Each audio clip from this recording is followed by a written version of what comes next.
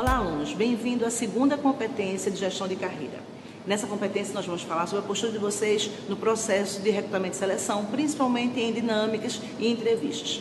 Antes disso, eu quero ressaltar, no entanto, que você deve olhar no seu material alguns pontos, como você ser o próprio gestor da sua carreira, como a questão da flexibilidade desse profissional que a gente espera no mercado e a diferença entre trabalhabilidade e empregabilidade. A empregabilidade gera-se um vínculo com a empresa. E a trabalhabilidade, você vai desenvolver as suas competências, o seu chá, como um profissional aprendiz, sempre em constante desenvolvimento. Ok? Vamos à entrevista. Olá, alunos. Nessa aula da competência 2 de gestão de carreira, nós vamos ter um convidado muito especial também. O professor Alexandre Nunes, que é doutorando em educação e consultor organizacional e meu amigo. Alexandre, me diga uma coisa, os alunos têm muita dificuldade como se comportar numa dinâmica de grupo, como estar bem numa entrevista de seleção. Me dê umas dicas da sua percepção geral, depois eu vou lhe provocar um pouquinho. Pois não. Em primeiro lugar, eu gostaria de parabenizar a sua preocupação com esses temas que são de relevância fundamental para o processo seletivo. Veja, antes de comentar, de trazer algumas orientações, diferenciarmos o que é uma entrevista e o que é o processo de dinâmica de grupo. A entrevista é um momento em que o candidato ele vai relatar todas as informações que ele pôs no currículo. A entrevista geralmente é feita a partir do que ele relata no currículo. Agora, esse currículo vai ter voz. Então, ele está sendo entrevistado individualmente. Processo de dinâmica de grupo, esse candidato será posto em relação a outros candidatos e as relações interpessoais e as competências que são mobilizadas em grupo serão avaliadas. Então, nós conversaremos agora desses dois momentos distintos e que posturas ou posições serão relevantes para que o candidato realmente ele gere uma impressão positiva para o processo de seleção. É uma dúvida constante os alunos perguntarem: professora, eu devo ficar mais extrovertido, eu sou tímido na hora de uma dinâmica ou na hora de uma entrevista para parecer mais seguro? O que você acha sobre isso? Uma boa pergunta. Veja, então vamos começar com o processo de entrevista. Depois conversaremos um pouco sobre o processo de dinâmica de grupo. A entrevista, como eu falei anteriormente, é o momento em que o candidato vai estar frente a frente com o selecionador. Primeiro passo, eu parto de uma premissa que tudo que é espontâneo e natural se constitui com mais fidelidade e segurança.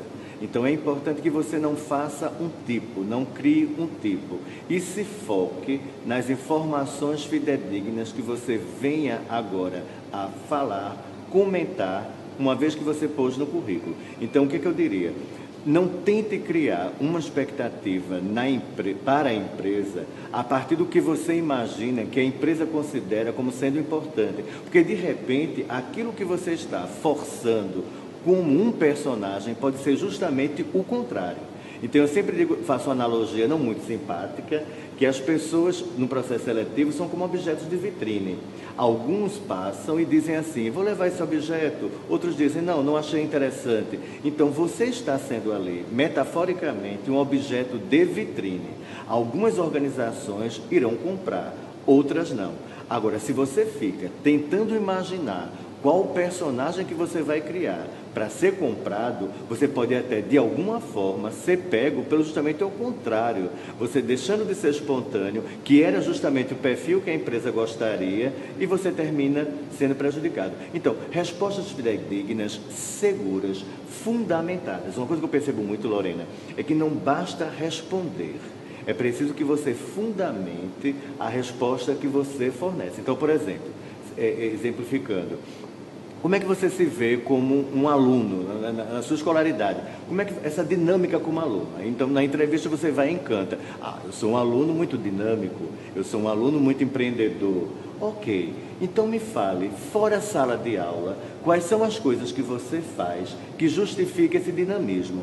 Bem, e aí o silêncio. Então, vejam que você anuncia um perfil, cria uma expectativa no entrevistador e não sustenta. Então, se você não é esse perfil de aluno empreendedor, que é um aluno que se limita exclusivamente à sala de aula, tenha cuidado com o que vai dizer, porque uma seleção analítica, ela vai querer saber os porquês e as justificativas de tudo que você disser. Então, se você não tem a competência desenvolvida, não simule. Isso, exatamente. Porque, na realidade, não é uma simulação.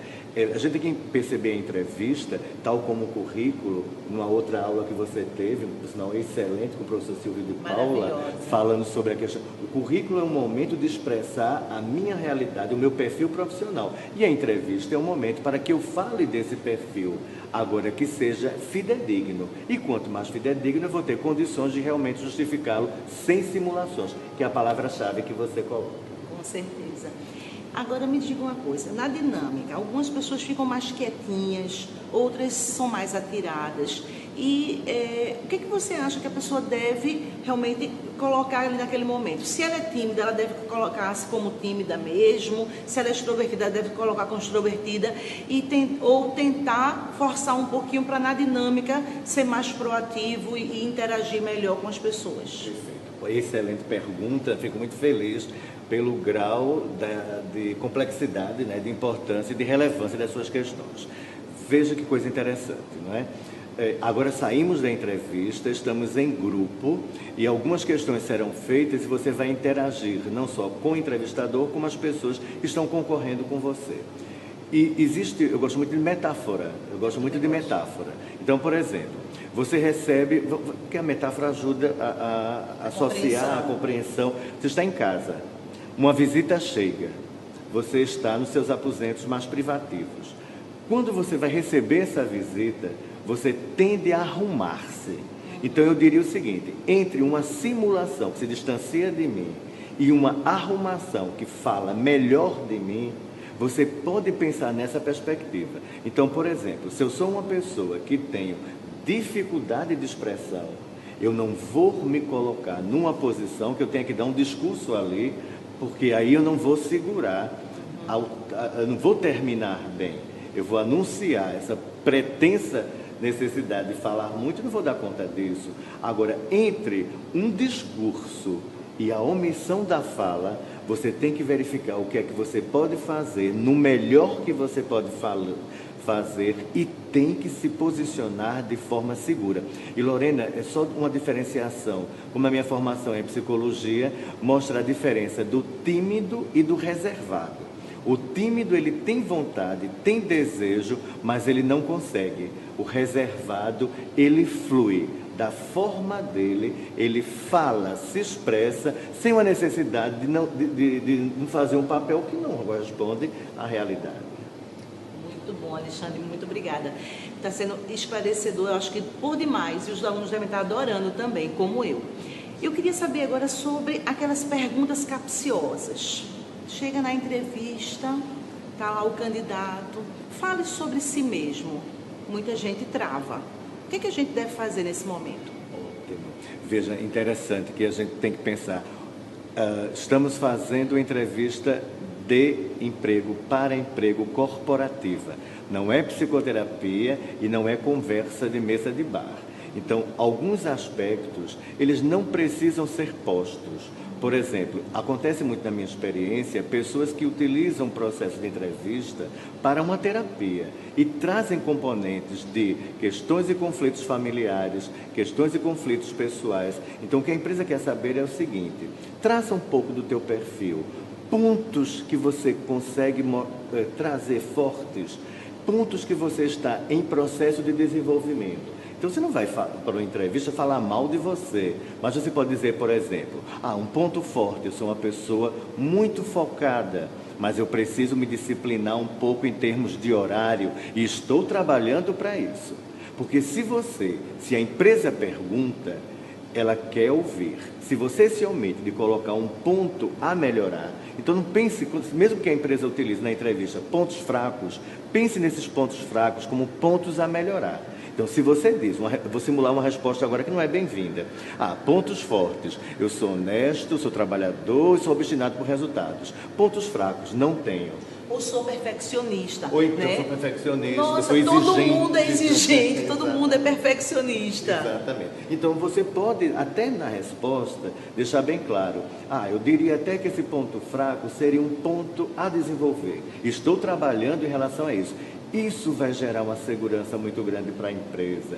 Isso vai mostrar que você tem uma consciência crítica de si mesmo, não se acomoda com os pontos que precisam ser melhorados e está em movimento de trabalho.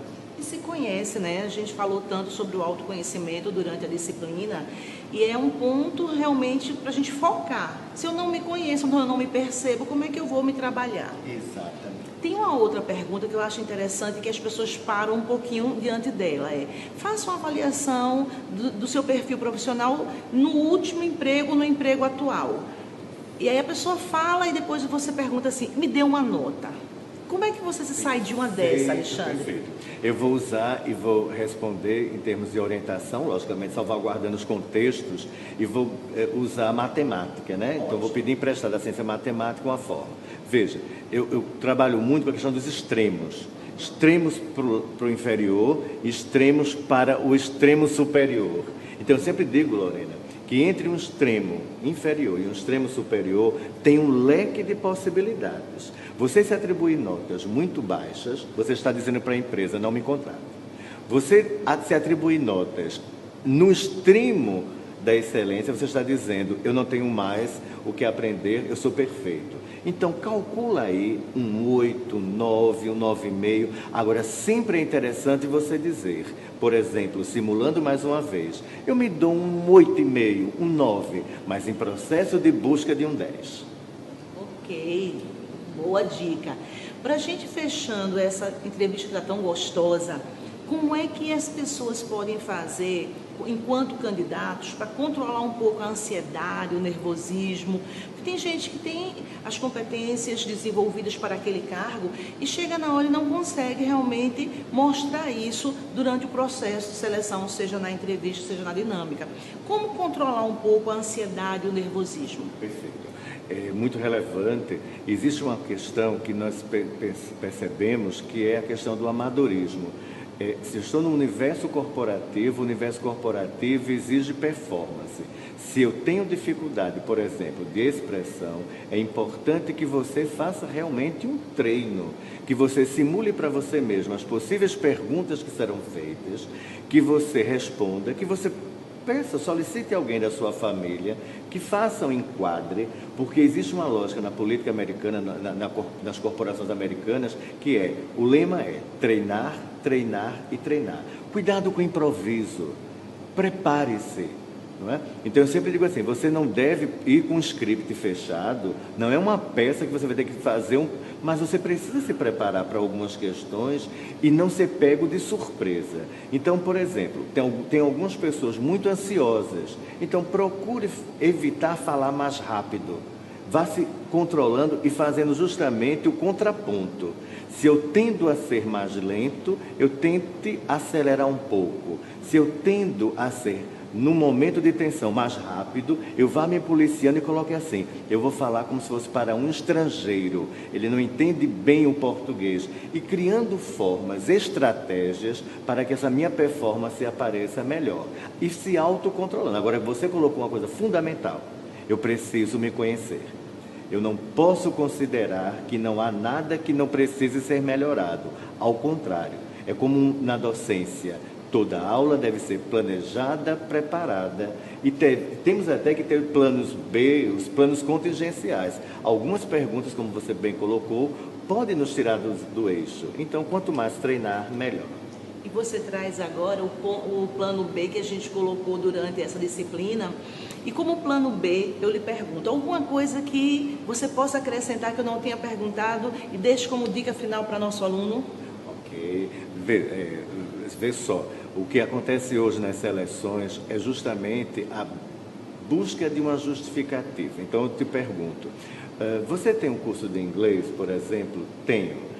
Qual é a importância desse curso? Qual é a relação desse curso para a sua performance profissional? Não ter esse curso dificultaria em quê? Na sua performance. Então, existe hoje uma tendência de uma entrevista analítica. Analítica vem de decomposição, de análise, de questionamento dos porquês. Então, não basta que eu os tenha. Os currículos hoje, eles parecem mais reprodução em série. Todos. Você faz 6 meses de inglês, vai por lá, inglês básico. As informáticas todas são iguais, o Windows, Excel. Agora, qual é a relevância disso? Então, está preparado para perguntas do tipo por quê?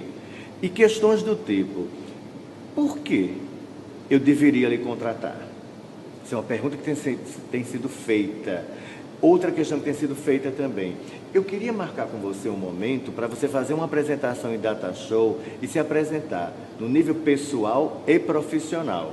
Então, ali está sendo avaliado o seu nível de criatividade, o que é que você vai selecionar como informação. E eu sempre digo, se é corporativa, é entrevista corporativa, eu já vi apresentações que a pessoa gastou muito tempo, ela fez até uma coisa interessante, criativamente, ela colocou fotos da infância, da adolescência e do momento atual, mas deu muita ênfase na vida pessoal. Então, traz uma trajetória enfocando a questão profissional de como você está, de como você gostaria de estar daqui a um certo tempo, para mostrar que você é uma pessoa em movimento.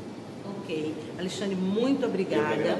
A gente fica por aqui com essa aula, lembrando, esse profissional que o Alexandre falou, que nós conversamos agora, é o profissional proteano, aquele que tem flexibilidade, aquele que tem adaptabilidade, aquele que faz a gestão da sua carreira e aquele que tem o desenvolvimento contínuo como foco. Sucesso!